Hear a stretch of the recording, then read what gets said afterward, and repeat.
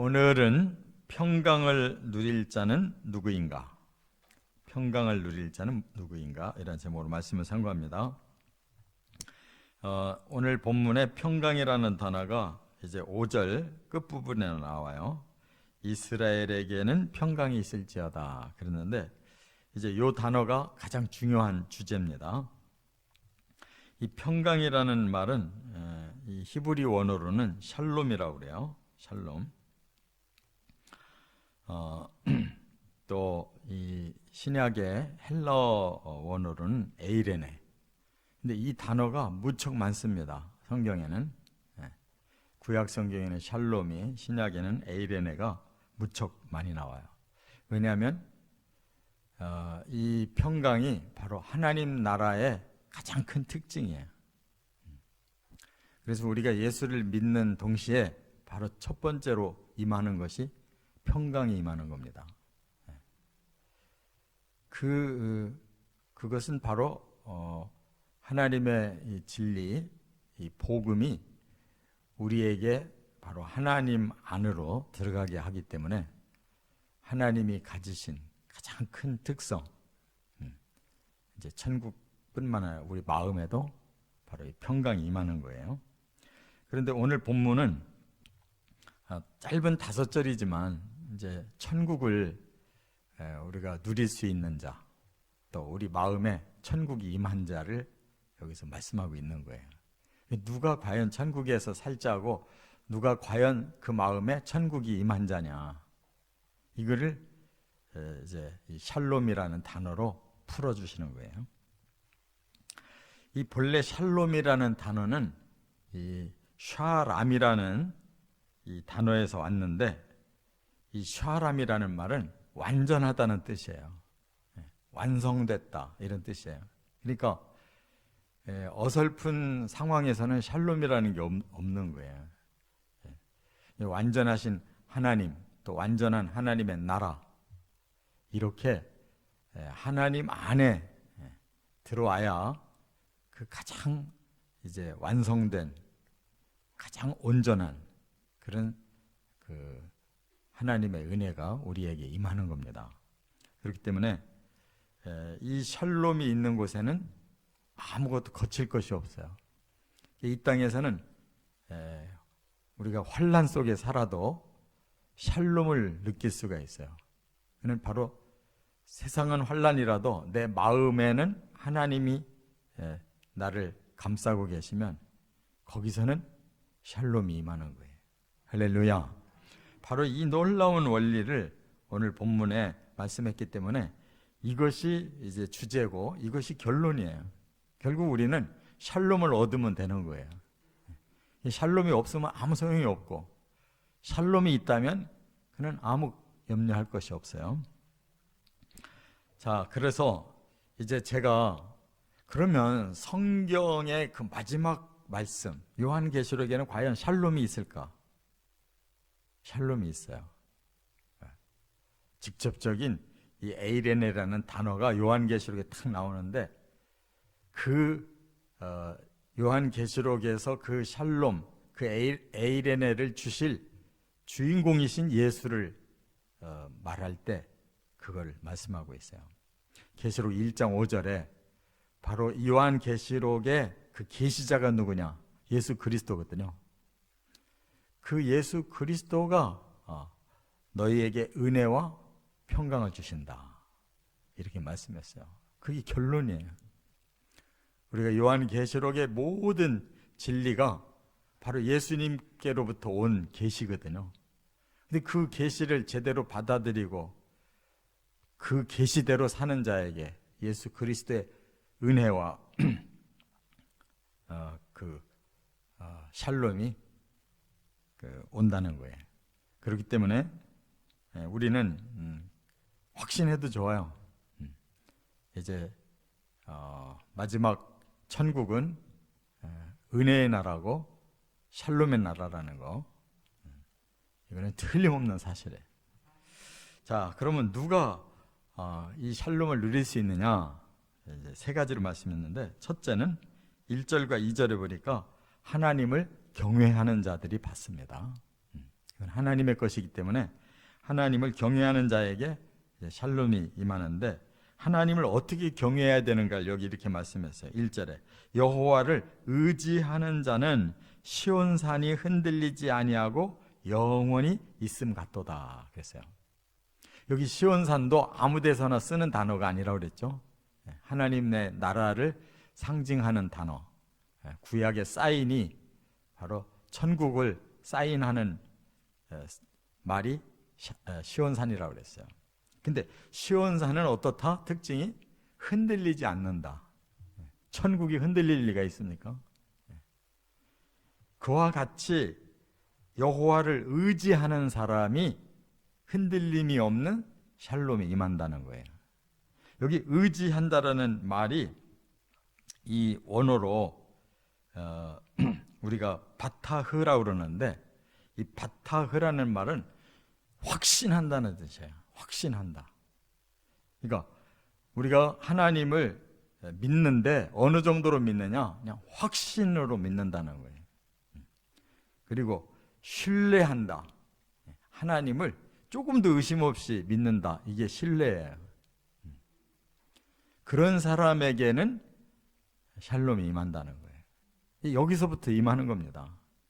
하나님을 우리가 신뢰하고 확신하는 사람은 여기서부터 샬롬이 시작돼서 저 시온산까지 흔들림이 없는 그 나라에까지 이 샬롬은 우리에게 주어지는 거예요. 여기 2절에는 그랬어요. 산이 예루살렘을 두름과 같이 여호와께서 그의 백성을 지금부터 영원까지 두르시리로다.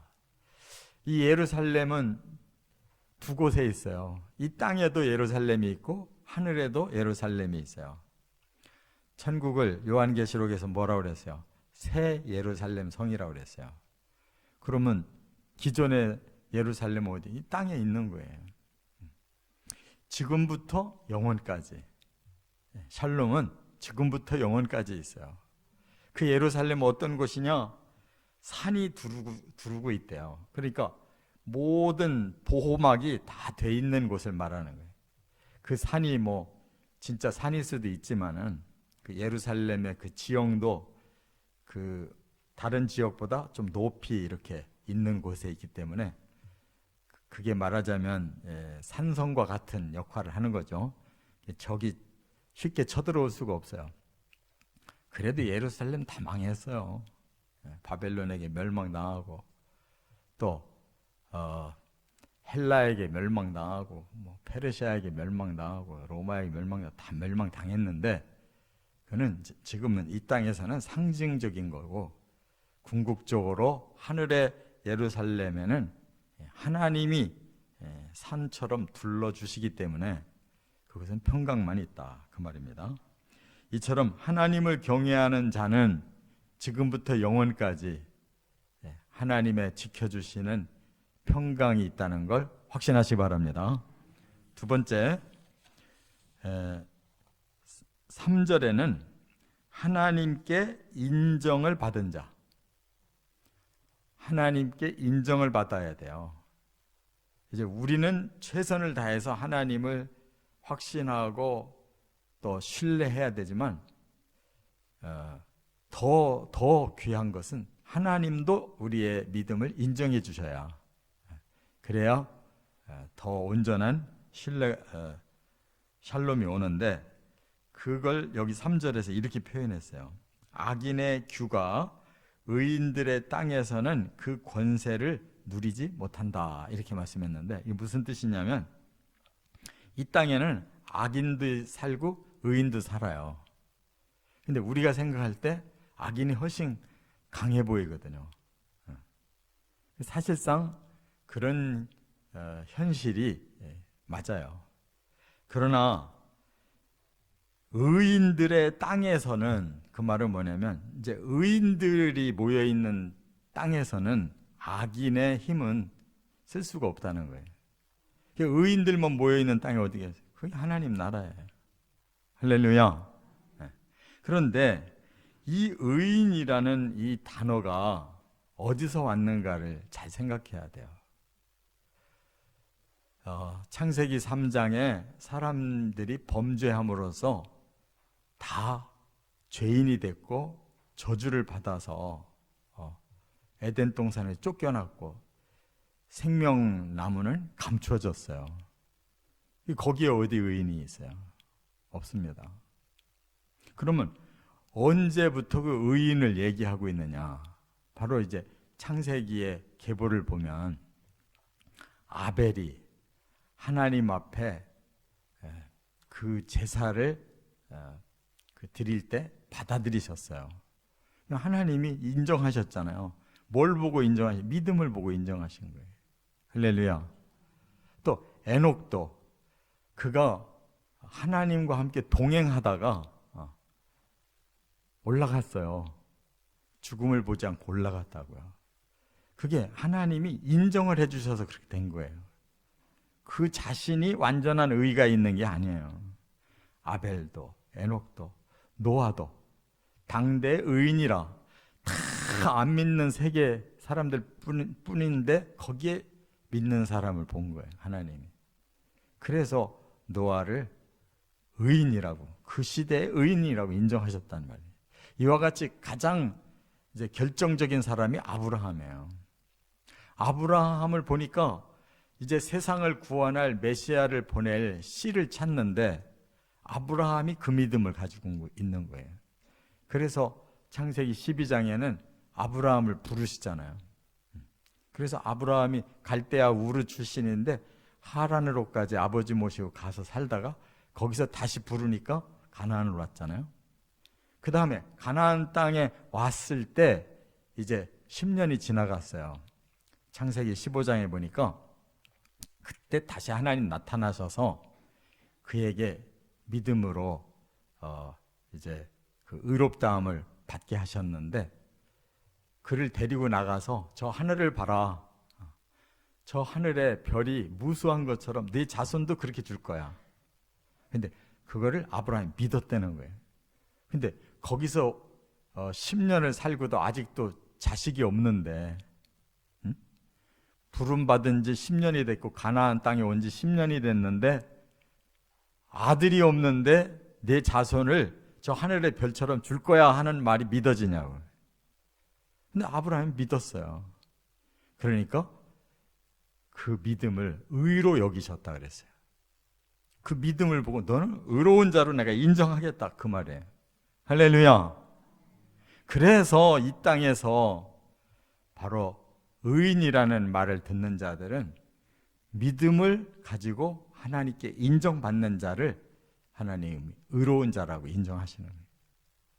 그래서 결정적으로 예수님이 주신 그 복음을 그렇게 믿어지는 자들은 다 의로운 자라는 거예요. 칭의, 하나님이 의롭다고 인정하셨다는 거예요. 그들이 천국 가서 바로 이 평강을 누리는 줄 믿으시기 바랍니다. 그런데 3절 하반절에는 이렇게 부연 설명을 했어요. 이는 의인들로 하여금 죄악에 손을 대지 아니하게 함이로다 그랬어요.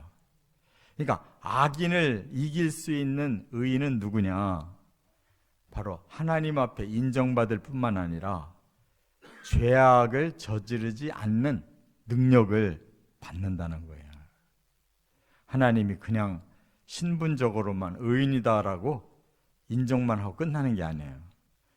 하나님이 인정하시는 의인답게 살도록 죄악을 저지르지 않는 힘도 주신다 그 말이에요. 믿으십니까? 그게 바로 복음의 능력이고 그게 바로 성령의 능력이에요. 그래서 우리는 아무것도 없는데 복음이 내 안에 들어와서 역사하시면 복음의 말씀은 우리를 변화시키는 거예요. 성령의 능력은 우리를 변화시키는 거예요. 우리가 얼만큼 철저히 하나님을 신뢰하고 하나님께 나를 드리느냐에 따라서 우리가 달라져 가는 거라고요. 이게 원리예요. 그래서 의롭다고 인정을 하신 후에 의로운 사람으로 만들어 가시는 거란 말이에요. 여기까지 따라가야 되는 거예요. 의롭다라고 인정받아 놓고 그 다음에 내 마음대로 살아서 되는 게 아니에요. 천국은 끝까지 주님이 의롭다 인정하시고 계속 우리를 의롭게 만들어 가시는 그 과정까지 순종해 가야 된다 그 말이에요. 그게 악인과 다르다는 거예요. 아시겠습니까? 악인은 지멋대로 사는 게 악이네. 의롭다함을 받은 후에 지멋대로 살면 악인이 되는 거예요. 의인이라는 건 의롭다함을 받은 그 믿음의 기초를 가지고 계속 진리와 성령을 따라가는 거예요. 그러면 죄악에 손을 대지 아니하게 하시는 그 능을 얻는 것이다 그 말이에요. 끝으로 세 번째, 4절과 5절에 또 하나의 열매가 있어야 돼요. 그게 뭐냐? 사람들에게 유익을 주는 자. 하늘의 평강을 누릴 자는 열매가 있어야 되는 거예요. 그런 자들이 누구냐? 여기 4절에 여호와여 선한 자들과 마음이 정직한 자들에게 선대하소서 그랬어요. 그럼 신자는 어디까지 가야 되느냐? 선한 자가 되고 정직한 자가 돼야 되는 거예요. 그게 열매예요. 복음과 성령에 의해 나타나는 열매란 말이에요. 그게 하나님의 상급이에요. 믿으시 바랍니다. 그래서 선한 자라는 건 뭐냐? 성경에서 또 가장 많이 쓰는 단어 중에 하나가 토부예요. 토부. 선하다. 이 말은 이렇게 표현하면 간단해요. 다른 사람에게 잘해주는 사람이 선한 사람이에요. 다른 사람에게 유익을 주는 사람이 선한 사람이라고요. 그 다음에 정직하다. 자기 자신에게 올바르게 사는 사람이 정직한 사람이에요. 거짓되지 않다 그 말이에요. 그러니까 하나님은 어떤 사람 만들려고 하느냐? 자기 자신에게 정직한 사람 만들고 남에게는 좋은 사람을 만드는 게 하나님 목적이라고. 믿으십니까? 이게 신앙생활이라는 거예요. 그런데 자기 자신에게도 정직하지 않고 남에게도 좋지 않은 사람, 그게 악인인 거예요. 여기까지 열매를 맺어 가야 그리스도인인 거고, 그 노력을 끝이면 안 돼요. 그래서 우리 자신이 항상 나를 비춰보고 나는 나 자신에게 정직한가? 내 자신이 곧게 살아가고 있는가? 굽지 않았는가? 거짓이 없는가를 항상 테스트해야 되는 거예요. 그리고 남에게 유익이 되는가? 나의 삶이 남에게 해를 끼치는지 남에게 유익을 주는 방향으로 살고 있는지를 항상 살펴봐야 된다 그 말이에요. 그래서 여기 정직이라는 말은 야샤르라고 그래요. 야샤르라는 말은 곧게 간다는 거예요. 곧게. 그냥 진리를 배운 대로 성령이 시키는 대로 곧게 직진하는 거예요. 그게 나에게 거짓이 없는 거예요. 이렇게 사는 자는 여기 보니까 5절에 그랬어요.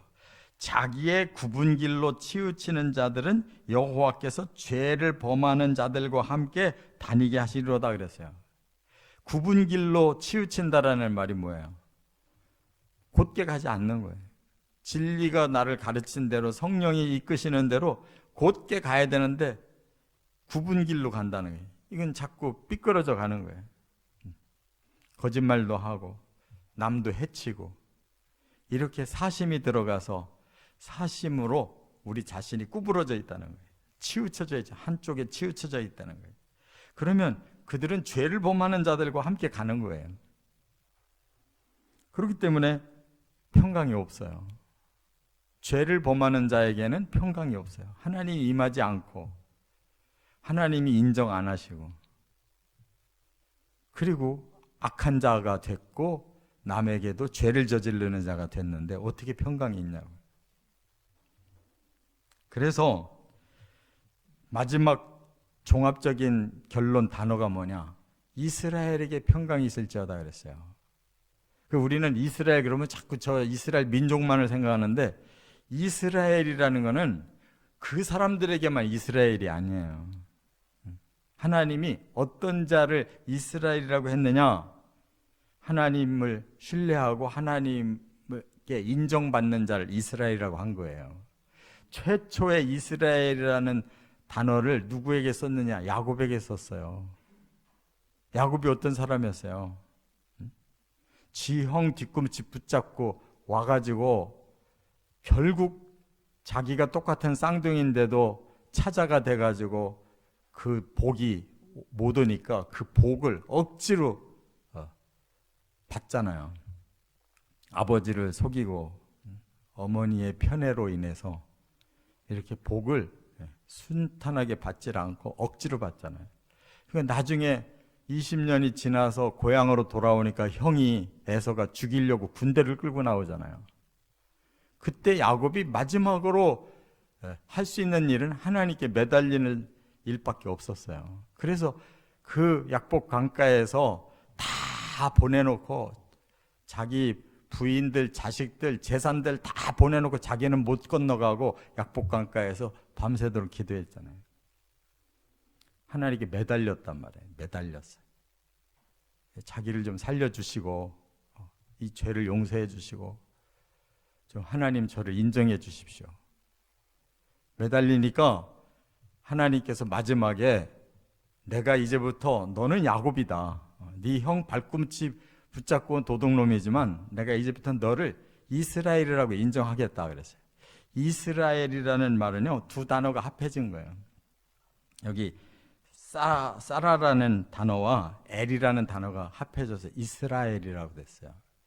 사라라는 말이 뭐냐? 겨룬다는 뜻이고 엘이라는 말은 하나님이라는 뜻이에요. 하나님과 결혼되는 거예요. 그럼 이게 나쁜 말이냐? 그게 아니에요. 하나님이 기분 좋은 거예요. 네가 나한테 이렇게 매달렸구나. 믿음을 보고 인정하셨단 말이에요. 할렐루야. 그래서 야곱이 점점 하나님께 믿음으로 인정을 받으니까 점점 변화된 거예요. 그 자기 자신이 바로에게 고백하잖아요. 자기 인생 험악한 인생 살았습니다. 겸손해진 사람이 그런 말을 하지, 그렇지 않으면 다 캄프라치하고 좋은 얘기만 했을 거예요. 사람이 진실해졌잖아요. 깨달으시 바랍니다. 진짜 하나님을 잘 경외하고 하나님이 인정해 주시면 그 사람이 변화되는 거예요. 그게 이스라엘이에요. 우리는 그 칭호를 하나님 주고 싶어 하시는 진짜 평강을 누릴 수 있는 자들이 되어지시기를 주의 이름으로 축원합니다.